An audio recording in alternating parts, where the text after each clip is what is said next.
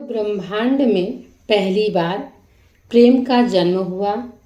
सृष्टि के प्रारंभ में जब समय भी नवजात था, ब्रह्मा ने अनेक प्रजापतियों को उत्पन्न किया ताकि संसार आगे बढ़े। इन्हीं में से एक थे प्रजापति दक्ष, तेजस्वी, गर्वीले और अहंकारी। उनके घर में जन्मी एक कन्या जिसका रूप सौंदर्य, करुणा और तेज से साक्षात देवी समान था। उनका नाम रखा गया था सती।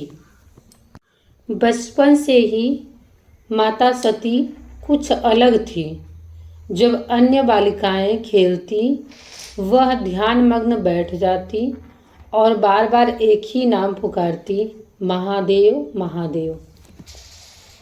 उनके मन में शिव का प्रेम न जाने कब से जन्म ले चुका था, जैसे आत्मा स्वयं अपने स्रोत की खोज कर रही हो, जो ब्रह्मांड का आरंभ और अंत दोनों है। दूसरी ओर कैलाश पर्वत भगवान शिव ध्यानमग्न थे। वे संसार में सबसे अद्वितीय, जो सृष्टि के आकर्षण से परे हैं। उनके शरीर पर भस्म है, कंठ पर सर्प है और जटाओं में गंगा बहती है। वह किसी लोभ में नहीं बनते। वह योगी, वैराग्य और प्रेम दोनों के प्रतीक हैं। समय बीता। जब सती के हृदय में शिव के प्रति प्रेम असहनीय हो गया, तो उन्होंने अपने पिता से कहा, पिताजी, मैं उस शिव को अपना वर चाहती हूँ। दक्ष ने हंसकर कहा, वह शमशानवासी भस्मधारी योगी तुम्हारे योग्य कैसे? तुम प्रजापति की पुत्री हो, राजकुल की लाडली। सती का हृदय टूटा, पर उनका विश्वास नहीं। उन्होंने ठान लिया, मैं शिव को पाने के लिए अपने प्राण तक दे दूंगी। फिर उन्होंने हिमालय की गुफाओं में घोर तपस्या शुरू की। सालों तक धूप, वर्षा, बर्फ सब सहा, कभी भोजन नहीं किया, कभी केवल वायु पर जीवन बिताया। उनकी तपस्या से तीनों लोक कांप उठे। देवता ब्रह्मा के पास आए।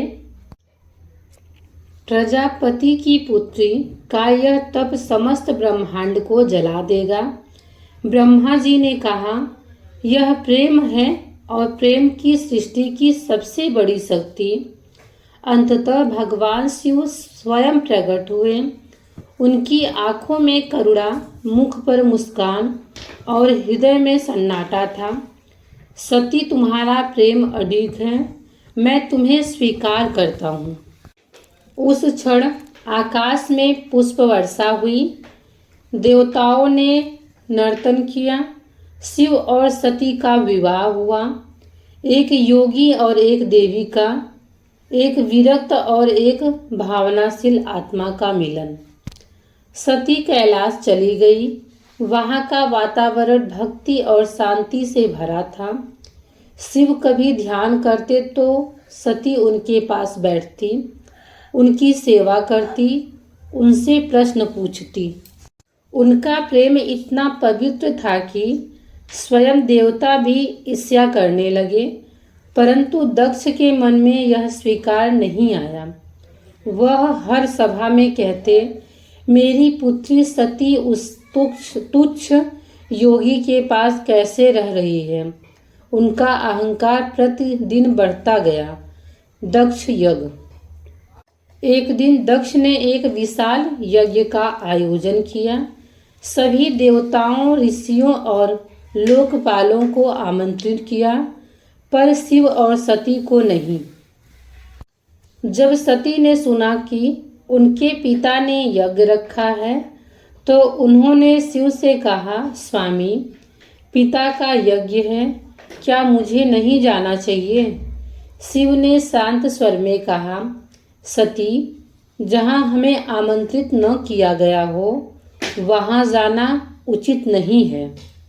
परंतु सती के हृदय में पुत्र धर्म जाग उठा। उन्होंने कहा, पिता के घर जाने के लिए निमंत्रण की जरूरत नहीं होती। शिव ने मना नहीं किया, पर गंभीर दृष्टि से कहा, जाओ, पर स्मरण रखना, जहाँ सम्मान नहीं वहाँ भक्ति भी व्यर्थ है। सती यज्ञ स्थल पहुंची। वहाँ का दृश्य देखकर उनका मन कांप उठा। सभी देवता उपस्थित थे, पर किसी ने उन्हें स्वागत तक नहीं किया।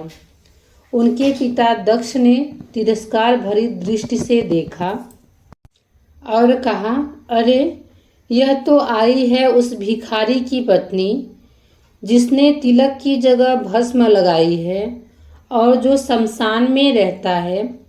सती ने आंखें बंद कर ली। आंसू उनके गले पर गिरने लगा, पर भीतर की ज्वाला अब वाणी बन चुकी थी। सती ने कहा, पिता, आपने मेरे आराध्य का अपमान किया है, जो समस्त सृष्टि का स्वामी है, जिसे ब्रह्मा विष्णु तक नमस्कार करते हैं। आपने उसी का अपमान किया है। सती ने चारों तरफ देखा, कोई कुछ नहीं बोला। फिर बोली, यह शरीर जो आपके कुल से जुड़ा है, अब मेरे लिए पाप है। मैं इसे अब और नहीं धारण कर सकती। उन्होंने नेत्र बंद किए और योगानी में अपने शरीर को भस्म कर दिया। सारी सृष्टि कांप उठी। यज्ञ कुंड की अग्नि शांत हो गई। देवता भयभीत हो गए। आकाश में वज्रपात हुआ। यह समाचार जब कैलाश पहुंचा तो शिव मौन हो गए। उनकी जटाएं थर्राने लगी। तीसरा नेत्र खुल गया। उन्होंने क्रोध में त्रिशूल भूमि पर मारा और उनकी जटाओं से प्रकट हुए वीरभद्र और भद्रकाली। महादेव ने वीरभद्र और भद्रकाली से कहा, जाओ और उस यज्ञ का अंत कर दो। वीरभद्र यज्ञ स्थल पहुँचे। अंधकार छा गया। देवता कांप उठे। उन्होंने यज्ञ को भस्म कर दिया और दक्ष का मस्तक धड़ से अलग कर दिया। पूरा ब्रह्मांड भय से भर गया।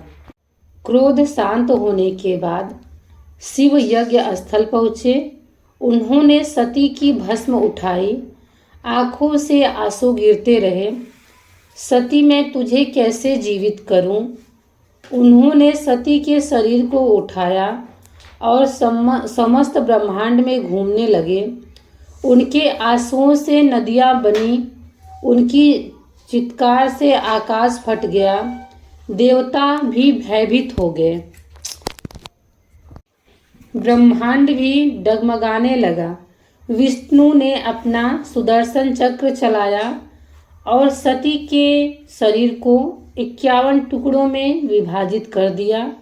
जहाँ जहाँ वो अंग गिरे वहाँ बने शक्तिपीठ, जो आज तक पूजनीय है। युग बीत गए। एक दिन हिमालय की पत्नी मैना देवी को एक पुत्री हुई। वही आत्मा थी, वही तेज, वही प्रेम, सती का पूर्वजन्म पार्वती। बचपन से ही पार्वती के मन में शिव का नाम बसता था। वे तपस्या करने लगी, उसी तरह जैसे सती ने की थी। शिव ने जब पार्वती का प्रेम देखा तो उन्हें पहचान लिया। तुम वही सती हो जो फिर लौट आई हो। फिर से उनका मिलन हुआ। इस बार सृष्टि ने देखा कि प्रेम मृत्यु से भी बड़ा होता है। इस कथा का सार यह है कि प्रेम कभी मरता नहीं, वह रूप बदलता है। सती का त्याग और शिव का संयम, यही ब्रह्मांड का संतुलन है। जब प्रेम और भक्ति मिलते हैं तब जन्म लेती है शक्ति। हेलो दोस्तों, मोस्ट वेलकम है। हर हर महादेव। तो आप सभी को मेरी स्टोरी कैसी लगती है प्लीज़ कमेंट में ज़रूर बताना। और जो महादेव के सच्चे भक्त हैं कमेंट में हर हर महादेव ज़रूर लिखेंगे। ओम नमः शिवाय। हर हर महादेव।